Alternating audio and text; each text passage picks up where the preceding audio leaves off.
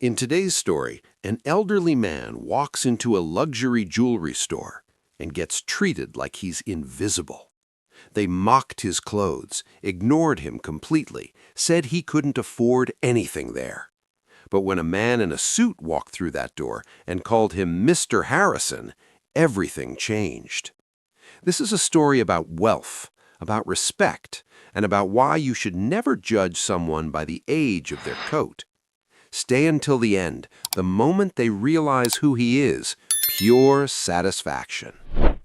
In the upscale shopping district of Manhattan, there was a jewelry store called Brilliance & Co. Floor-to-ceiling windows, marble floors, glass display cases filled with diamonds that cost more than most people's houses. It was the kind of place where celebrities shopped, where engagement rings started at $50,000, where, if you have to ask the price, you can't afford it. And walking toward that store on a chilly October afternoon was a man named Henry Harrison. He was 76 years old, tall but slightly stooped, silver hair that needed a trim, wearing an old brown coat, the kind you'd find at a thrift store, faded jeans, worn leather shoes that had been resold at least 3 times. He carried a simple canvas tote bag.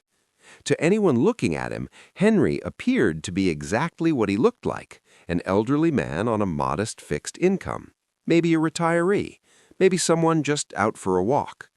But appearances, as we know, can be deceiving, because Henry Harrison was worth $47 million. He'd built his fortune slowly, quietly, over 50 years. Started as an accountant in the 1970s, saved aggressively, invested carefully, bought real estate when it was cheap, sold when it was high. Never flashy, never ostentatious, never wasteful. He drove a 15-year-old Toyota, lived in the same modest brownstone in Brooklyn he'd bought in 1982, bought his clothes at discount stores. Not because he was cheap, but because he'd lived through the Depression as a child. He'd seen his parents lose everything, and he'd learned that wealth wasn't about what you showed the world. It was about security, about taking care of the people you loved. And today, Henry was shopping for something special. His granddaughter, Emily, was getting married in 3 months. She was 26 years old, kind, smart, a social worker who helped at-risk teenagers. She'd never asked Henry for anything, but he wanted to give her something meaningful, something that would last, a piece of jewelry she could pass down to her own children someday. So Henry walked into Brilliance & Co., his worn coat buttoned against the autumn wind, ready to buy his granddaughter the most beautiful necklace he could find. He had no idea what was waiting for him inside. The moment Henry walked through the door, a security guard glanced at him, then looked away. Behind the counter stood 3 sales associates. One was helping a well-dressed couple. The other 2, a young woman named Madison and a man named Blake, were talking to each other, laughing about something on Madison's phone. Henry approached the nearest display case. Beautiful necklaces, sapphires, emeralds, diamonds. He studied them carefully, trying to imagine which one Emily would love most. Madison glanced up from her phone. She saw Henry in his old coat and immediately looked back down. Blake noticed. "Not our demographic," he muttered. Madison smirked. Henry moved to another display case. He waited politely for someone to help him. 5 minutes passed. No one approached. Finally, Henry walked up to the counter where Madison and Blake stood. "Excuse me," Henry said politely. "Could I get some help, please?" Madison looked up with barely concealed annoyance. "Can I help you with something?" "Yes, I'm looking for a necklace for my granddaughter. She's getting married." Blake exchanged a glance with Madison. "Okay," Madison said slowly. "What's your budget?" "I'd like to see some options first, then we can discuss price." Madison's smile was condescending. "Sir, I need to know your budget so I don't waste your time showing you things you can't afford." Henry stayed calm. "I understand, but I'd prefer to see what you have available." Blake stepped forward. Look, sir, I'm going to be honest with you. Everything in this store starts at $20,000. Most pieces are significantly more than that. He gestured at Henry's coat. I don't mean to be rude, sir, but are you sure you're in the right place? Henry's expression didn't change. I'm in exactly the right place. Okay, Madison said, her tone making it clear she disagreed. Let me show you something. She walked to a display case in the back corner, the least impressive section of the store. She pulled out a simple silver pendant on a thin chain. This is one of our more affordable pieces, Madison said. It's $2,800. Henry looked at it. That's very nice, but I was hoping for something a bit more substantial, perhaps with diamonds or colored stones. Blake laughed. Sir, our diamond necklaces start at $40,000. That's fine, Henry said calmly. Madison and Blake stared at him. You want to see a $40,000 necklace? Madison asked skeptically. If you have something appropriate for a young bride, yes. Madison's expression turned cold. Sir, I don't think you understand. That's $40,000. $40,000. I can count, Henry said gently. May I see your selection? Blake stepped in. Look, I think we're wasting everyone's time here. Why don't you try one of the department stores? They have nice jewelry at more reasonable prices. I'd prefer to shop here. But you can't afford to shop here, Madison said bluntly. The other sales associate, helping the well-dressed couple, glanced over, looking uncomfortable. Henry took a breath. How do you know what I can afford? Blake gestured at Henry's appearance. No offense, sir, but it's pretty obvious. You're wearing a coat that probably came from Goodwill. Your shoes are held together with glue. You don't even have a proper watch. He pointed at Henry's wrist, which wore a simple Timex that had belonged to his father. This is a luxury establishment. We cater to a certain clientele, and frankly, you're not it. Henry stood there, absorbing the insult. He'd been through worse in his life, much worse, but something about being dismissed because of his age, his appearance, his choice to live modestly, it stung. I see, Henry said quietly. And if I told you I had the means to purchase whatever I wanted in this store, Madison laughed. Then I'd say, prove it. Excuse me? Prove it, Madison repeated. Show me a credit card, a bank statement, something that shows you have $40,000 to spend on jewelry. Blake nodded. Yeah, because I'm not going to waste my time pulling out expensive pieces for someone who's just window shopping. The well-dressed couple at the other counter was now openly watching. The wife whispered to her husband, This is awful. They shouldn't treat him like that. Her husband shrugged. Not our business. Henry reached into his canvas bag. He pulled out his wallet, old, worn leather, held together with a rubber band. Madison and Blake exchanged knowing looks. Henry opened it and pulled out a credit card. It was a simple card, no special design, nothing flashy. He handed it to Madison. She looked at it. This is a MasterCard from Brooklyn Community Bank. That's correct, Henry said. Do you even know what the credit limit on this is? Madison asked. I do, Henry said calmly. Blake looked at the card. Sir, this is probably a $500 card. You can't buy anything here with this. The limit is higher than that, Henry said calmly. How much higher? Madison challenged. Henry paused. The card has no preset spending limit. Blake burst out laughing. Oh, come on, now you're just lying.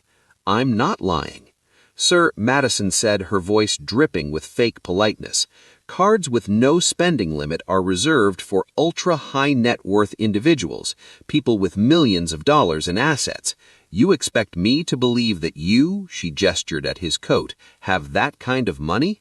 Yes, Henry said simply. Prove it, Blake said. Call your bank, right now. Prove you have $40,000. Henry looked at them both, and for the first time, a slight smile crossed his face. All right, he said, I'll call my banker. Madison rolled her eyes. Oh, this should be good. Henry pulled out his phone, an old flip phone that made Blake snicker. He dialed a number from memory. It rang twice. Then a voice answered. "Good afternoon, Mr. Harrison. How can I help you today?" Henry put the phone on speaker. "Hello, James. I'm at a jewelry store on Fifth Avenue, Brilliance and Company, and I'm having a bit of a situation." "What kind of situation?" James asked, his voice professional and concerned. "The staff here would like verification of my financial standing before they'll show me their inventory." There was a pause. Then James said, "I see. Would you like me to speak with them?" "That would be helpful, thank you." Henry handed the phone to Madison. "Here, speak with my banker." Madison took the phone skeptically. "Hello? Good afternoon," James said. "My name is James Whitmore. I'm Mr. Harrison's private wealth advisor at Goldman Sachs Private Wealth Management." Madison's expression changed slightly. "Goldman Sachs?" "That's correct. I manage Mr. Harrison's investment portfolio. May I ask who I'm speaking with?" Madison Turner. I'm a sales associate here."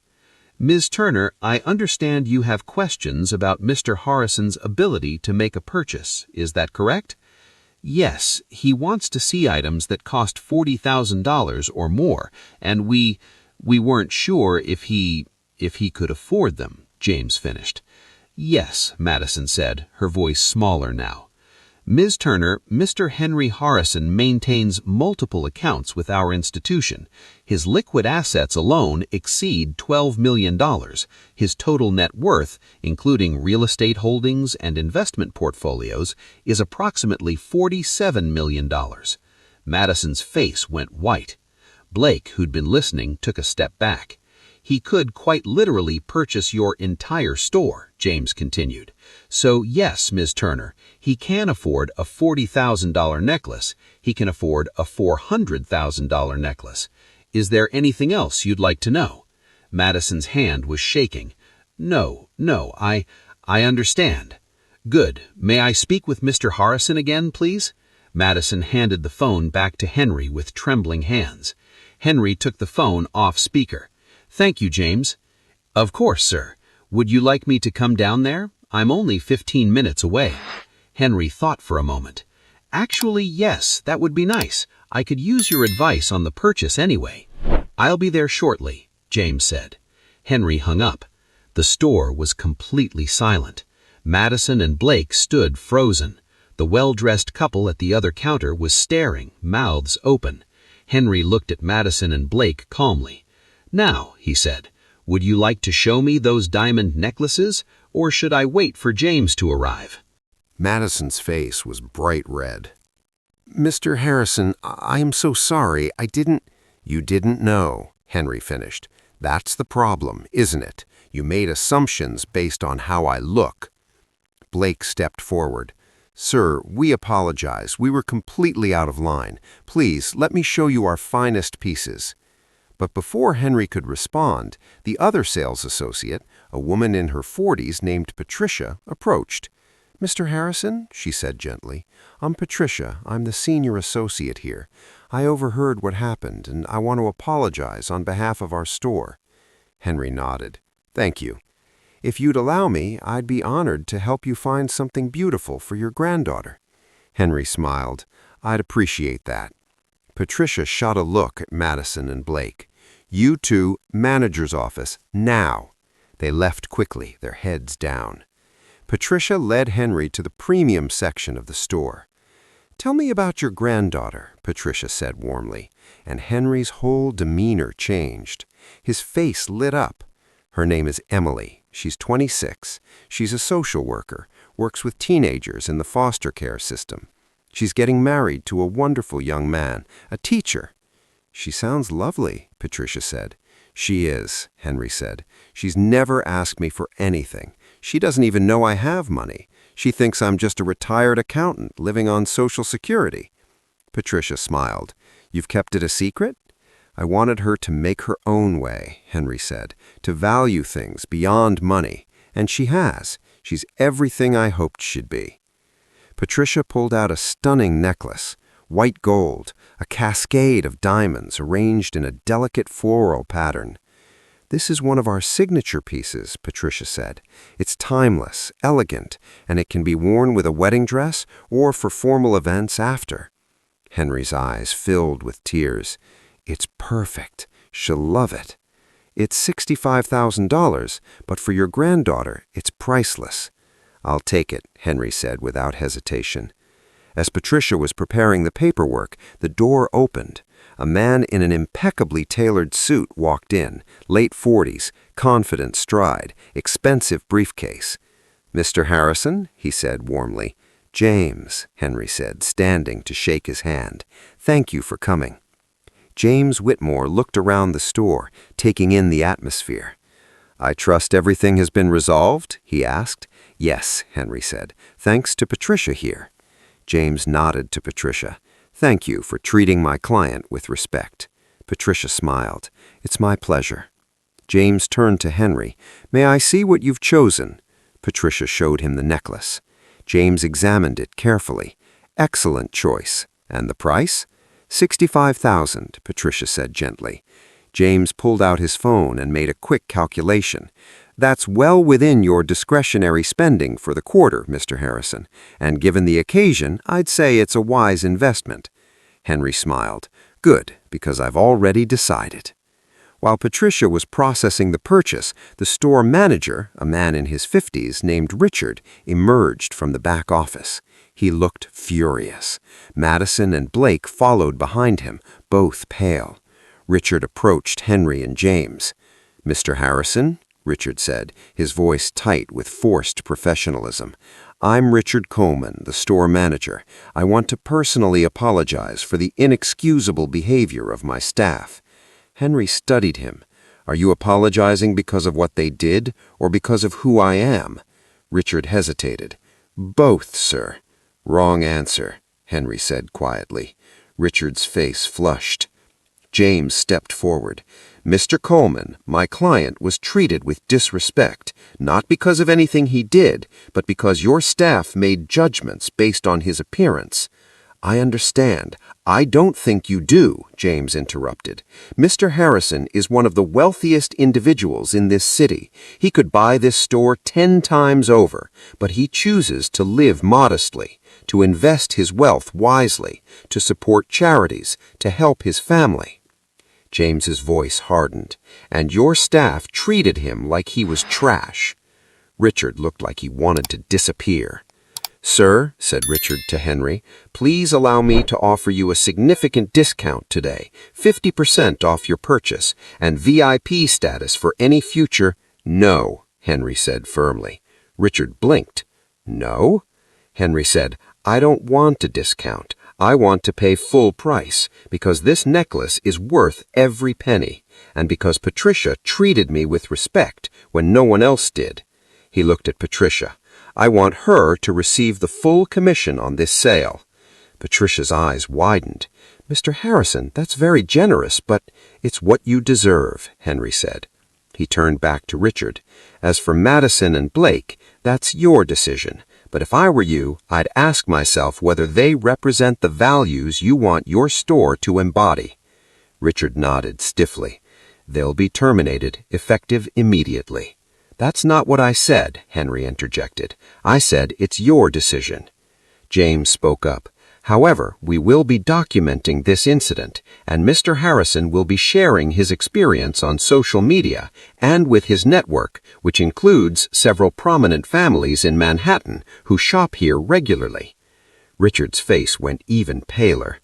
"I understand," Richard said. "Thank you for your discretion." After the paperwork was complete, Henry walked out of the store with the necklace in a beautiful velvet box. James walked with him. "You handled that well," James said. "Did I?" Henry asked. "I kept thinking about what Sarah would have said." Sarah was Henry's late wife. She'd passed away 8 years ago. "She would have been proud of you," James said. "You stood your ground without being cruel." They walked in silence for a moment. Then Henry said, "You know what the worst part was?" "What?" "I wasn't even angry about being insulted. I've been poor. I know what it's like. What made me angry was that they assumed poverty meant I didn't deserve respect." James nodded. Money doesn't determine worth. Exactly, Henry said. I've known broke people with more integrity than some millionaires, and I've known wealthy people who are absolutely miserable. He looked at the box in his hands. Emily doesn't care that I have money. She loves me because of who I am, and that's worth more than all 47 million. James smiled. You're a good man, Mr. Harrison. I try, Henry said. Sarah taught me that. She came from nothing too. We built everything together. And she always said, Henry, if you ever get so rich that you forget what it's like to struggle, you've lost something important. She was a wise woman. The wisest, Henry said. They reached Henry's car, the old Toyota. James looked at it and shook his head. You know, I could help you find something more befitting your net worth. Henry laughed. This car runs perfectly. Why would I replace it? Because you're worth $47 million. That's exactly why I won't replace it, because I remember when $47 was a fortune. 3 months later, Emily's wedding day. It was a small ceremony, 50 guests, a simple venue, nothing extravagant. But it was perfect. When Emily walked down the aisle, she wore her grandmother's wedding dress, and around her neck, the diamond necklace from Brilliance & Co. Henry sat in the front row, tears streaming from his face. After the ceremony, Emily hugged him. Grandpa, this necklace is the most beautiful thing I've ever seen. It cost exactly what it needed to cost. Do you like it? I love it, Emily said, crying. But you didn't have to. Yes, I did, because you're worth it. You're worth everything. Emily hugged him tighter. I love you so much. I love you too, sweetheart. Later, at the reception, Emily's husband, a kind young man named David, approached Henry. Mr. Harrison, I need to tell you something. What's that? I know, David said, about your money, about your wealth. Henry's eyebrows rose. Do you? Emily doesn't, but I did some research when we got engaged. I wanted to make sure I could provide for her properly, and I found out you're incredibly successful. Henry waited. And I want you to know, David continued, that doesn't change anything. We don't want your money. We just want your blessing. Henry smiled. You already have it. You had it the moment I saw how you look at her. David's eyes filled with tears. Thank you, sir. But David, yes, when you have children someday and they're old enough to understand, tell them about their great-grandfather who came from nothing, who worked for everything he had, who never forgot where he came from. I will, David promised. I absolutely will. 3 weeks after the wedding, Henry received an email.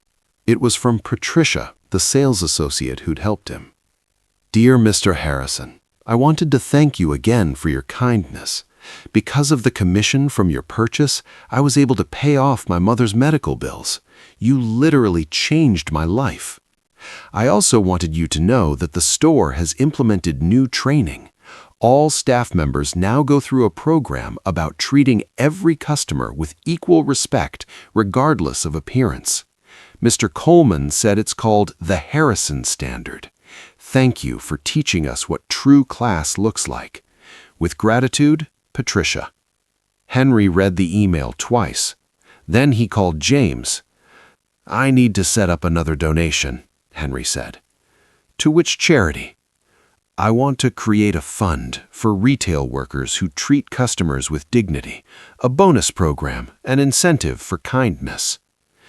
James was quiet for a moment. That's brilliant. It's necessary, Henry said, because people like Patricia should be rewarded, and people like Madison and Blake should learn that character matters more than commission. I'll set it up, James said. How much do you want to allocate? Henry thought for a moment. $2 million to start. Consider it done. Henry Harrison lived to be 93.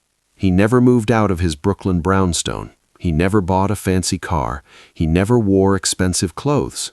but he gave away more than $30 million in his lifetime, to charities, to family, to people in need. And when he died, the funeral was packed, not with wealthy business people or celebrities, but with people whose lives he'd touched. Retail workers who'd received bonuses through his fund, students who'd received scholarships, families who'd received help when they needed it most. Emily spoke at the funeral. "My grandfather taught me something important," she said, tears streaming down her face.